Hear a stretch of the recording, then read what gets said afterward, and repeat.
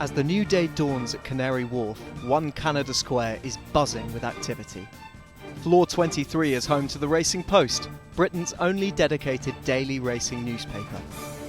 They're already a furlong into their morning editorial meeting, where discussions start ahead of issue number 10,275.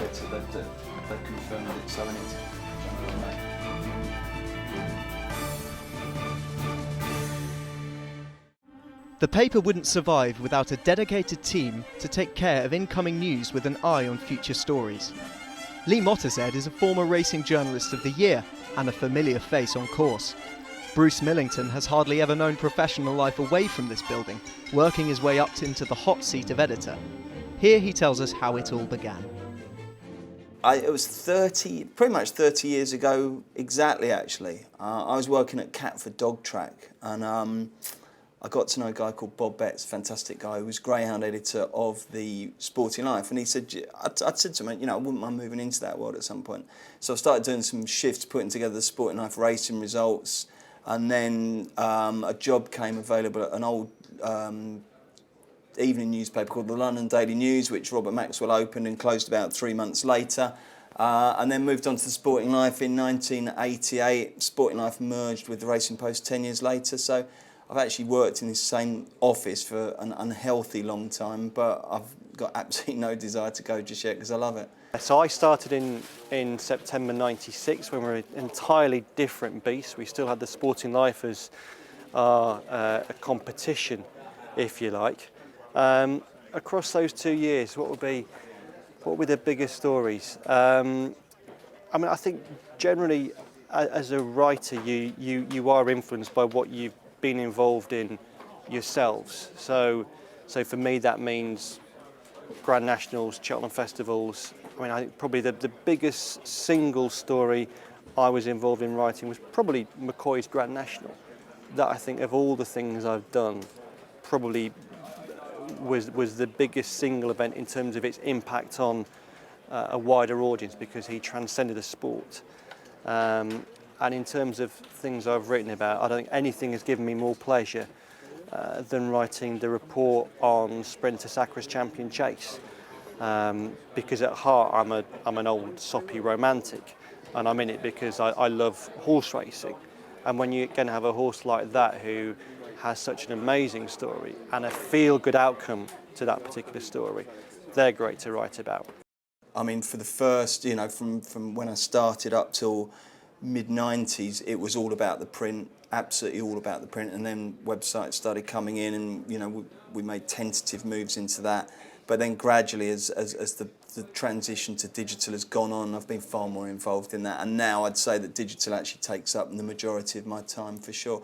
And that's great because it keeps you fresh. It keeps it's a totally different challenge now.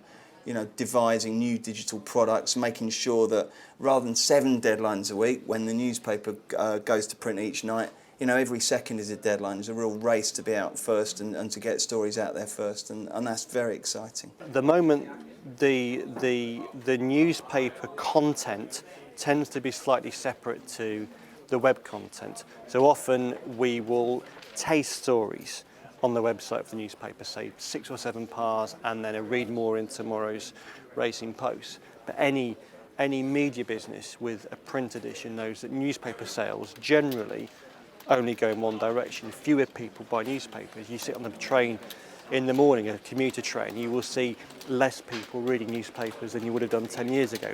They're on their tablets, they're reading iPad editions, they're reading websites. So any media organisation, such as the Racing Post, has to try and find ways to counteract that slippage of newspaper readers. We're actually working on a new website which is responsive, which means that basically you'll get a really good experience whether you're on your desktop, your tablet or your mobile. As things stand now, they're all fairly different. The desktop is where the hardcore form students go to study, and where people are at work who want to quickly nip off and see who won the 230 or what's fancied for the big race or whatever go. Tablet is kind of really the most digital, similar product to the newspaper. Everything that goes on and all the stories, all the news, all the features go on there, and it comes out at 8 o'clock every night, so it feels like an edition. It's pretty much, it mirrors what we do in print. And mobile is a different thing, really. The mobile app It's all about connecting with a lighter audience and also giving a good mobile experience to the heavier user who wants to keep in touch with what's going on when he's on the move. So, you know, they're all very different with different audiences. Obviously, a lot of people consume our stuff right across the piece, but, you know, it's surprising the difference between a light racing fan who engages with the sport on a fairly light level on his mobile to, like I say, the hardcore form student on his or her desktop. Gone are the days when, for example, Racing Post didn't even have a Sunday edition, and you'd watch the big Saturday race and you have to wait until the Monday morning to read the report and coverage of that race. Now people want coverage instantaneously, so increasingly what you do is you're writing coverage, you're writing reports, but you're also providing commentary on them, analysis on them and colour on them, so you have a fuller package. You know, we have, I suppose, a fairly set and well-established and well-identified group of constituents. So we've got the hardcore racing fan who just loves racing and, you know, not particularly keen on betting, but they want to know exactly what's going on in Britain, Ireland, throughout the world. You've got the industry professional, the trainer, the jockey, stable staff, etc. You've got bookmakers and the betting industry. You've got punters, you've got bloodstock, you've got greyhounds, and you've got sports bettors. So we kind of, you know, we like to think we know who our market is and give them what they want. A recipe is exactly how I would describe it, and you've got to refine it. You can't be too radical with it, because if you did, you'd suddenly unbalance it and it would taste differently. So all changes have got to be done with the wishes of the market in mind. And, you know, we do a lot of testing on new products and services before we put them out there, because there's no point us saying, this is what we think you guys need, here it is. We've got to, if we have ideas now, we will test them, we will show them to groups of users and customers and say, what do you think? And we get fantastic feedback from that, and that enables us to, when we are putting new things out there, do so with the confidence that we believe the market will like them, use them and appreciate them. This is where the magic happens. So, in effect, this is the desk that is responsible for getting all the news coverage into the following day's print edition and onto the digital edition. And not all the writers will be on here by any means. We're scattered all over the country. But you'll always have in here the day's news editor who's running the show, and often you'll have a news reporter coming here as well. So today I'm working through 3, 4, 5 stories at the moment for tomorrow's edition, which is a lot of those will also appear digitally. But in any day, it's always a loose brief, in that you will come in there and you will contribute ideas for stories and you'll be assigned stories. Some of those will happen and they will yield an outcome, some won't do. And as with any news organisation, to an extent, you're governed by events, things that you don't know are going to happen, that do happen. The general hope is that they happen between about 10 o'clock and 12 o'clock and not at 5:30, when you thought you were sorted for the day and you thought you had everything constructed, and all of a sudden you've got a news story that A, has to be written, but also B, has to be physically accommodated within the print edition. Digitally it's easy, but with a print edition, obviously you've got a constrained amount of space you have to work within. So often if something comes in, that means something has to go out to make way for the newcomer. Well, look, I mean, ideas are the absolute lifeblood for any media organisation. If you just go through the motions all the time and do what you've always been doing, you'll become stale, and, you know, the customers aren't stupid. The readers will let you know. So you have to keep it fresh. We have regular content meetings to discuss what our strategy is going to be, what we should be doing differently. I mean, for instance, earlier this year, RP Sunday, which is our regular Sunday supplement, we decided that needed a refresh. So, you know, we had some good kind of brainstorming sessions and said, what kind of things can we give to people that they would find interesting and fresh, and, you know, hopefully with a lick of paint as well, in the form of some new headlines and a kind of redesign, that's breathed new life into that. And we try and do that with absolutely everything. So it's a constant battle, not a constant battle, but a constant effort to try and give people what they want. When you write a piece, so especially if you're writing a colour type piece, you're trying to get the intro. Once you have the intro, everything tends to flow from it. In a similar way with the newspaper, if you can get that first story, that really big story, that the people walking past the newsstands will see and think, oh, I'll go and buy that, but they might not have done otherwise, that's what you're after. And again, as with news stories, on some days, they're easy. When you get to a Friday, you always know the Saturday edition will be led by previews of that Saturday action. Now, other days it's not so easy. We're in a week this week where we're leading towards the Air Gold Cup, which is it's a good race, it's a grand race, it's an interesting race, but it's not a race that would necessarily yield a front page story every midweek day leading up to that. When we fast forward 2 weeks and we get to Arc Week, you'd be pretty confident that there are so many leading contenders that by speaking to each one of those through the week, you're probably going to get a front page story leading up to the Arc. So that makes it easier for us, but it's also interesting to readers because they're all excited about the Arc. In a week like this, when the Saturday weekend action isn't as strong, it would be inadequate to try and generate a front page story linked to the Air Gold Cup every day. So you're having to think harder about what can we give the readers that will interest them, entertain them, enlighten them, and will make a good front page story. Now that sometimes is events, that's sometimes things happening, and sometimes it's using your journalistic skill, if you like, to try and think what can we put on that front page, and indeed on pages 2, 3, 4 and 5. You know, today and tomorrow are the big challenges. I mean, I think we've done some good things in the past. I think we do really nice pull-outs. I mean, I hate to say it, but I think that, you know, when big name people and horses die, we like to make sure we commemorate them well, and we get a lot of, you know, positive publicity from that. But really, it's just all about trying to change to meet the needs of the customer, and also trying to put stuff that sticks in people's memories as well. You know, I'd like to think that regular readers all have their own iconic Racing Post page or interview in their heads, but for me, it is much more about looking forwards rather than backwards, for sure. Now, if you write a column, you have to express opinions. There's no point having a column if you're going to sit on the fence all the time and just toe the party line. You have to say things that A, you believe in, and B, are going to be of interest to people. So, for example, on Monday just gone, I wrote a piece looking at the rise of non-runners and questioning whether some of the reasons given for those non-runners on occasions stretch what is credible. Now, for a lot of trainers, that isn't the sort of thing that they want to read, because they don't want to have their capacity to withdraw horses in any way changed. Now, as a newsman, you're thinking, well, is that going to upset people? And it probably is. But at the same time, you have to do it, otherwise it's not worth having a column. And the good trainers, the good jockeys, will always know that if you criticise them in a column, you're not saying you hate them, you're not saying they're rubbish, you're just criticising them. And the good ones, the mature ones, the professional ones, are well able to take criticism and not affect the relationship you have with them. And the good thing about having a column too is you can express an opinion. As a newsman, you're not there to express opinion. You're there to tell something as it is. You're there to report something. Occasionally we'll do commentary on things and we'll analyse news stories. But generally, as a news guy, you are reporting. The joy of a column is that you have complete freedom to say, this is what I think, this is what I know, this is what I believe, and you know, ideally, what you're really wanting is not everyone to say, yes, we agree with you, but hopefully to trigger a bit of debate. And people say, yeah, you're right, yeah, you're wrong. And if people talk about things like that, then that's really rewarding.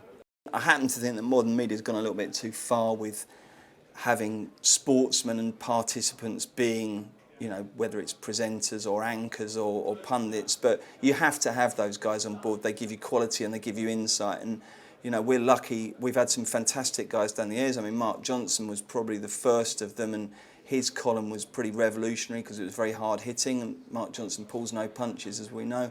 We've had Paul Nicholls, Nicky Henderson, and you know, we're delighted with our current lineup, which is, as you say, Richard Hughes. Richard Hughes, I think, raised the bar a little bit further, both when he was riding and now that he's training. The insight he gives and the honesty and the openness has been brilliant, not just for that column, but it's also, I think it's encouraged jockeys to realise that they can speak out and open up a bit without feeling that they're going to be, you know, put away by anyone. So I think it's benefited everyone. And then, as I say, in the winter, we've got Willie Mullins with all his fantastic firepower, and Sam Twiston-Davis, and we're delighted to say that Sam's signed up for this winter as well. I mean, he's not just a brilliant jockey, he's the most fantastic guy. I mean, he sent me a text at the end of last season just saying thanks for you know, doing the column this year. And I just wanted to say that the guy who ghostwrites it or works with me on it has been an absolute pleasure to work with. You know, he's such a nice guy. I mean, really, really, really good. So we're delighted to have Sam back on board, and you know, we will always try and make sure that the most interesting and high-profile people, be it jockeys or trainers, are you know, associated with us, because I think you know, it's hugely important to us. I think any journalist, particularly a news journalist, will tell you a lot of the success you have is based on relationship building, and that comes over time, because for anyone that you speak to, be it a trainer, a jockey, someone in racing governance, ideally they have to trust you. So if they do trust you and they have confidence that you're going to represent them fairly, that doesn't mean that you're necessarily going to just paint a pretty picture of what they've done or said, but you're going to represent them fairly, then they'll talk to you. And also, that as you build trust in relationships too, you'll be given what we call off-the-record guidance. So a lot of what happens in conversations with people is there's on-the-record material, there's off-the-record material. On-the-record material means it's stuff that you can put in a quote. Harry Smith said, blah-de-blah-de-blah. But Harry Smith might also have something he would like you to know, but he wouldn't necessarily like it to be known that he has informed you of that. So he might give you a bit of guidance off the record, and that can be used to build up the background to a story. And so it's all perfectly true, and you're not telling lies, but you're basically just presenting information to readers that will give them a fuller picture, but you're protecting that source. And again, often there'll be people that, because they trust you, will ring you with stories and they'll pass on things. So, you know, for most news journalists, something like this, a contacts book with sort of lots of names and telephone numbers, that plays a big part in what we do. When I look at journalism in general, I do sometimes fear for people who think, I'm going to go in there, there's going to be opportunities, it's going to be fantastic. If you can get your foot in the door, it absolutely is. But I mean, the reality in mainstream journalism is that there's fewer jobs, they want to do more with fewer people.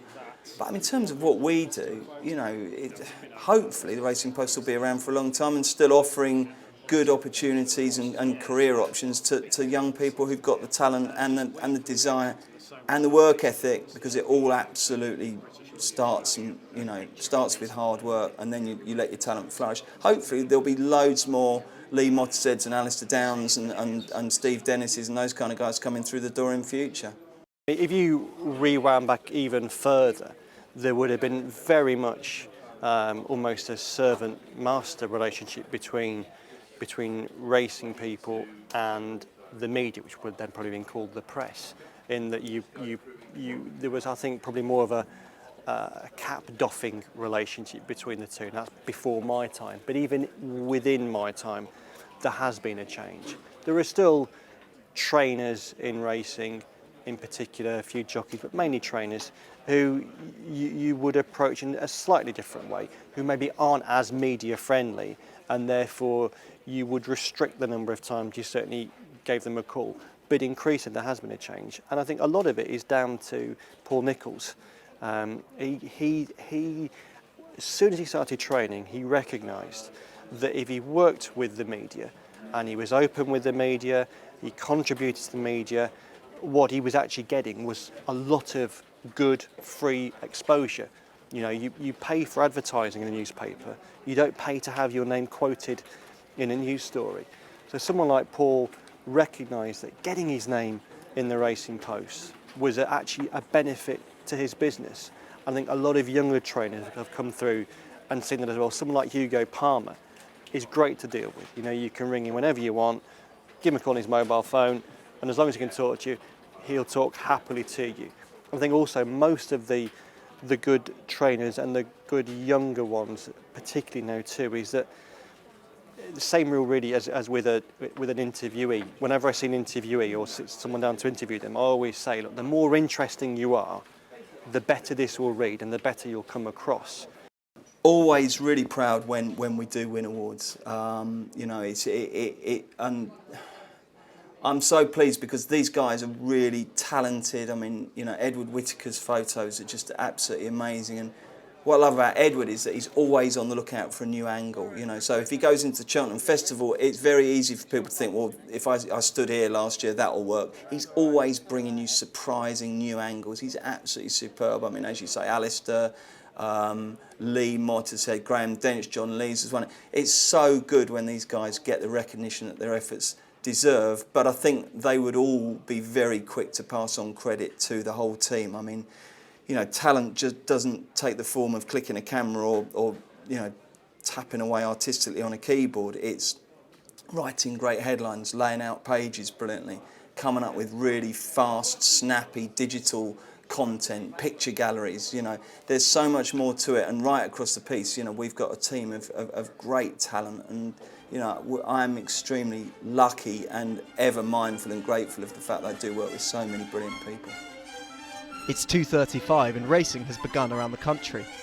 As quick as the results come in, the desk also starts to get stories from their eyes and ears on course.